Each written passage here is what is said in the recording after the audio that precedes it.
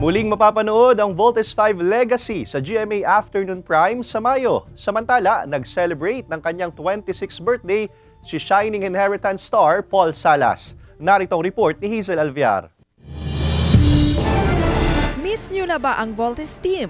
Huwag nang magpahuli at tutukan ang kanilang muling pag-vault-in dahil ang Voltes 5 Legacy muling mapapanood ngayong summer. Ang kanilang makulitan at mga maaksyong eksena muli nating panoorin sa GMA Afternoon Prime sa Mayo.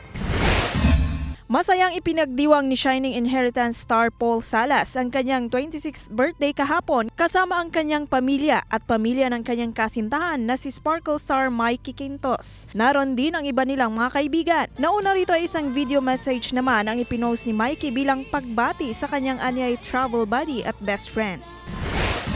Nagdiwang din kahapon ng kanyang 5th birthday si Sixto Dantes, ang bunsong anak ng kapuso royalty couple na sina Dingdong Dantes at My Guardian Alien star Marian Rivera. Isang mensahe naman ang ipinost ni Marian para sa kanyang bunsong anak. Patuloy na subaybayan si Marian sa My Guardian Alien gabi-gabi sa GMA Prime pagkatapos ng Black Rider. Hazel Alviar, Balitang Southern Tagalog.